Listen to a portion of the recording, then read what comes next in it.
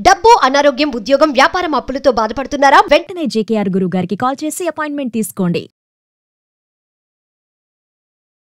అమ్మ మామూలుగా ఎవరైనా సరే ఒక ఏజ్ వచ్చిన తర్వాత 20 ఏళ్ళ అమ్మాయి ఇలా ఉండాలి, 30 ఏళ్ళ అమ్మాయి ఇలా ఉండాలి, 40 ఏళ్ళ అమ్మాయి అలా మనం ఏజ్ వైజ్ చూసుకుంటే ఈరోజు మాత్రం ఖచ్చితంగా 50 ఏళ్ళు దాటిన స్త్రీ ఎలా ఉండాలి? ఎందుకంటే కొంతమంది సింగిల్గానే ఉంటారు, మాకు బాగుంది కదా, మాకు కాళ్ళు చేతులు బాగున్నాయి, ఎవరిపైన డిపెండ్ అవ్వాల్సిన అవసరం లేదని పిల్లల దగ్గరికి రాని పేరెంట్స్ చాలా మంది ఉన్నారు. 50 కానీ 60 కానీ 70 కాని వాళ్ళు కూడా రాకుండా ఉన్నారు. సో 50 దాటిన వాళ్ళు ముఖ్యంగా స్త్రీలు ఎలా ఉండాలి? 50 దాటిన వాళ్ళు 40 దాటిన ఇప్పుడు దాటిన అంటే మీరు అన్నట్టుగా 35-40 అయిపోతాయి మాత్రము. అంటే ఇప్పుడుకి వచ్చే మరి ముఖ్యంగా లేడీస్కి వచ్చే ప్రాబ్లమ్స్ ఏంటో మీకు కూడా తెలుసు, మనందరికీ తెలుసు. అమ్మాయిలకు అంటే పెద్దవాళ్ళు అయిన తర్వాత ఎటువంటి ప్రాబ్లమ్స్ వస్తాయి మనందరికీ తెలుసు అండి. కాబట్టి మీరు అంటే ఒక ఏజ్ లిమిట్ అంటే 40 ఏళ్ళు వచ్చిన తర్వాత కొంచెం ఓపిక ఉంటుంది, కొంచెం ఉంటుంది. సో 50 సంవత్సరాలు వచ్చిన తర్వాత కంపల్సరీగా నేనే నాకే అనేది మాత్రం కంపల్సరీగా ఉండాలండి ఆడవాళ్ళకి మాత్రం. ఇన్ని రోజులు అంటే నీ పెళ్ళైపోయి 22-23 సంవత్సరాలకు పెళ్ళైనప్పటి నుంచి 50-55 సంవత్సరాలు వచ్చిన తర్వాత నువ్వు ఒకరి కోసమే బతికావు. నీ ఫ్యామిలీ కోసం, నీ భర్త కోసం, నీ పిల్లల కోసం, నీ వంశం కోసం, అందరి కోసం బతికావే తప్ప నువ్వు నేనే అని ఎప్పుడు బతకలేదు కదా. చిన్న ప్రాబ్లమ్స్ వస్తే కూడా, హెల్త్ ప్రాబ్లమ్స్ వస్తే కూడా ఏముందిలే పిల్లలకు చెప్తే హాస్పిటల్కి తీసుకెళ్తే వాళ్ళకి డబ్బులు ఖర్చు అయిపోతాయేమో, ఇది తగ్గిపోతుందేమో అని చాలామంది నిర్లక్ష్యం చేసి ప్రాణాల మీదకి తెచ్చుకున్న ఆడవాళ్ళని నేను చాలామందిని చూశాను. 55 సంవత్సరాలు వచ్చిన తర్వాత మళ్ళీ చెప్తున్నా నేనే నాకే ఓకే, ఇది నా కోసమే నేను ఉండాలి, ఇది నేనే అని మీరు అనుకున్నప్పుడు నేను అని మీరు అనుకోండి. నాకేంటి, నా భవిష్యత్తు ఏంటి, రేపొద్దున మూలబడితే ఏంటి అనేది కుటుంబ తాపత్రయం అనేది వదిలేసేయండి. 55 సంవత్సరాలు వచ్చిన తర్వాత మనకున్న పిల్లలు వాళ్ళు పెద్దవాళ్ళు అయిపోతారు, వాళ్ళ ఓన్ డెసిషన్స్ వాళ్ళు తీసుకుంటారు, వాళ్ళ సంసారం వాళ్ళకు ఉంటుంది. ఎంతసేపు వచ్చి నా పిల్లలు వాళ్ళకి సంపాదించి పెట్టాలనేది వదిలేయండి. వాళ్ళు ఇప్పుడు ఇంకోటి ఏంటంటే మీరు సంపాదించి పెడితే వాళ్ళు తీసుకునే పరిస్థితుల్లో 80% 90% వాళ్ళు లేరు. వాళ్ళ లైఫ్ వాళ్ళకి ఇదివరకు ఏమిటంటే 18-19 సంవత్సరాలు రాగానే అమ్మ నువ్వు పెళ్లి చేసుకోగానే తలకాయ ఉంచుకొని తాళిబొట్టు కట్టించుకుంటే వాళ్ళు. ఇప్పుడు కాదండి, 30-32 సంవత్సరాలు అయిన తర్వాత కానీ ఒక ఇల్లు, ఒక కారు, ఒక బ్యాంక్ బ్యాలెన్సు, దాని తర్వాత అంత అయిన తర్వాత కానీ పెళ్లి చేసుకుంటున్నారు. మరి ఇప్పుడు వాళ్ళకి తెలుసు కదా వాళ్ళ భవిష్యత్తు ఏంటి, వాళ్ళంతా ప్లాన్ చేసుకున్నారు. మీరెందుకు ఈ ఏజ్లో ఎందుకు తాపత్రయపడతారు? అయ్యో మా అబ్బాయి ఇంకా ఆఫీస్ నుంచి రాలేదని ఒక పిచ్చి తల్లి ఎదురు చూస్తూ ఉంటుంది. వాడు అక్కడెక్కడో తినేసి వచ్చింటాడు, ఈవిడ మందులు వేసుకోకుండా ఎదురు చూస్తా కదా, తినేసి వచ్చింటాడు.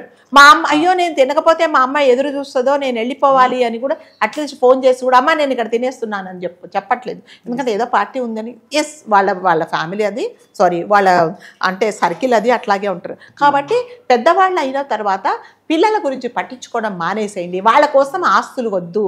మరీ చెప్తున్నాను, మీ బ్యాంకులో అట్లీస్ట్ ఒక 3 లక్షల రూపాయలు మీకోసమే, ఇది అంటే మీరే సర్వహక్కులు ఉండేలాగా పెట్టుకోండి.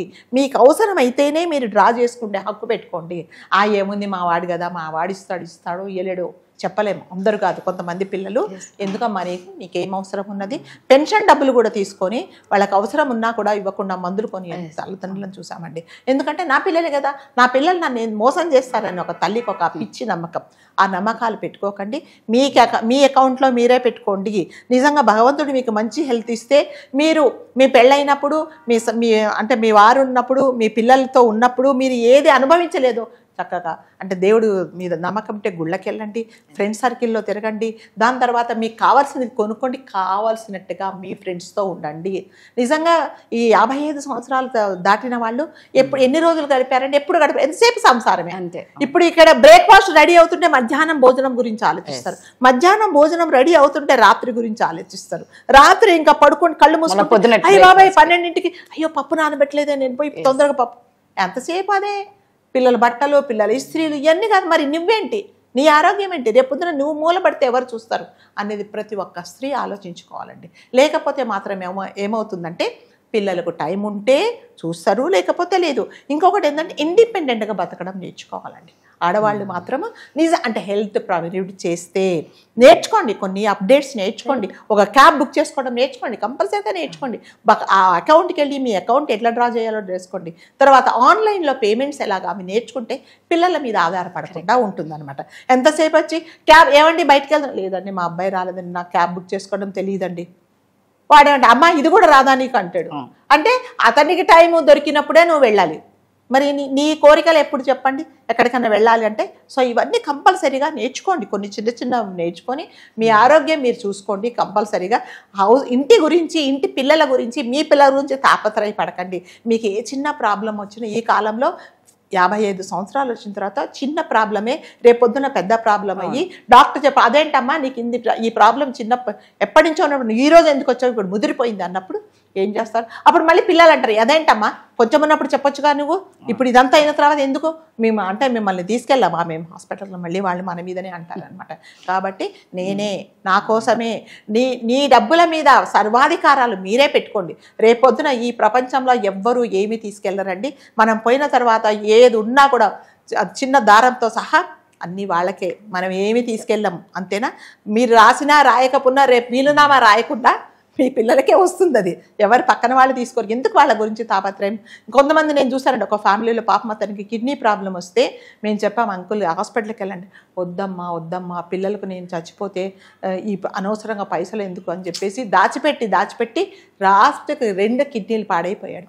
పిల్లలు అనుభవిస్తున్నారండి ఇప్పుడు కోట్ల ఆస్తులు.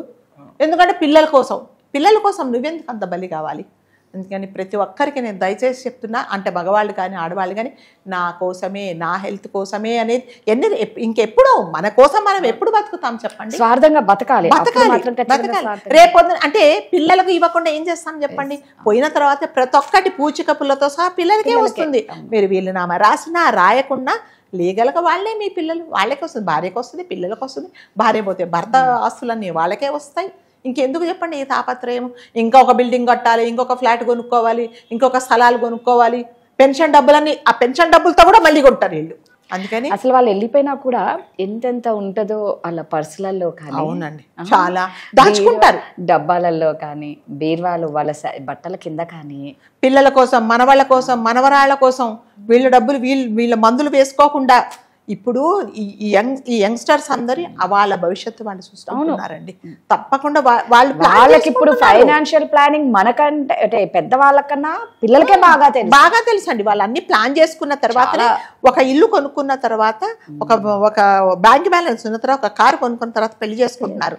మరి మా అప్పుడు పెళ్లిళ్ళు చేసుకోవాలి అంటే చెప్పగానే చేసుకున్నాం అంతే. ఆడికి ఉద్యోగం ఉందా, పాడుందా, ఇంకొకటి ఉందా ఏమీ తెలియదు, మాకు చేసుకున్నాం. కానీ ఇప్పుడు చేసుకోవట్లేదు. నిజంగానే ఇది మంచిదే. మరి అట్లాంటి పిల్లల కోసం మీరెందుకు అంత తాపత్రయపడతారు? ఎంతసేపు మందులు వేసుకోకుండా ఇంకా మా వాడు రాలేదే, మా కొడుకు రాలేదే, మా కూతురు రాలేదే అని అంటే నీ ఆరోగ్యమే పాడైపోతుంది. మళ్ళీ వాళ్ళు చెప్పే మాట వినేంత టైం కూడా వాళ్ళకు ఉండదు. పోనీ స్పెండ్ చేయడం, రాగానే ఏం నాన్న ఇంత లేటుగా వచ్చావు, నిన్ను ఎవరు ఉండమన్నారమ్మా, నువ్వు మందులు తిని నీకు తెలీదా, మందులు వేసుకొని తిని పడుకోకపోయావా, నీ ఎవరున్నారు నీకు తెలీదా, బయటకు వెళ్ళి మళ్ళీ ఉల్టా వీళ్ళకే మాటలు ఎందుకు చెప్పండి? అందుకని దయచేసి ఒక ఏజ్ వచ్చిన తర్వాత తప్పకుండా మీకోసమే మీరు బతకండి. ఇంకా ఎన్ని రోజులు ఉంటామో తెలియదు. ఇది వరకు అలాగా 100 సంవత్సరాలు ఎవరు లేదు, 50కే లేదు. అందుకని మీ స్వార్థం కూడా మీరు చూక మీ పిల్లలకు కంపల్సరిగా తల్లిదండ్రులుగా మనదే బాధ్యత. కానీ ఫస్ట్ ఒక ఏజ్ వచ్చితే నేను అనుకున్న తర్వాత పక్క వాళ్ళ కోసం ఆలోచించండి. మీరు అన్నది కరెక్ట్ అమ్మా. స్వార్థంతో మాత్రం ఖచ్చితంగా బతకాలి. ఆ ఏజ్ వచ్చిన తర్వాత వాళ్ళకు పెళ్ళైనప్పటి నుంచి వాళ్ళ జీవితాన్ని ధార పోస్తూనే ఉన్నారు. అనవసరంగా కొడుకు కోడల మధ్యలో కల్పించుకోవడము, లేకపోతే అల్లుడు కూతురు మధ్యలో కల్పించుకోవడము, ఇవన్నీ అడగకుండా సలహాలు ఇవ్వడం, ఇవన్నీ ఎవరు వినట్లేదండి. ఇప్పుడు ఎవరు సలహాలు వింటున్నారు? నేను ఎవరు అడిగారమ్మా, మేమేదో కొట్లాడుకుంటున్నాము, కొడుకు కూడా ఒక మాట అనుకుంటే ఇవిడ మధ్యలోకి వెళ్ళిపోద్ది. ఏమైందంటే నీకెందుకమ్మా మేమేదో అనుకుంటున్నాం అంటారు. వీళ్ళకెందుకు? అందుకనే ప్రతి తల్లి తండ్రి కూడా నేను చెప్తున్నా, వాళ్ళు అడుగుతేనే మీ సలహా ఇవ్వండి, లేకపోతే నాకు తెలియదు బాబా అని ఊరుకోండి. అంతే. Thank you.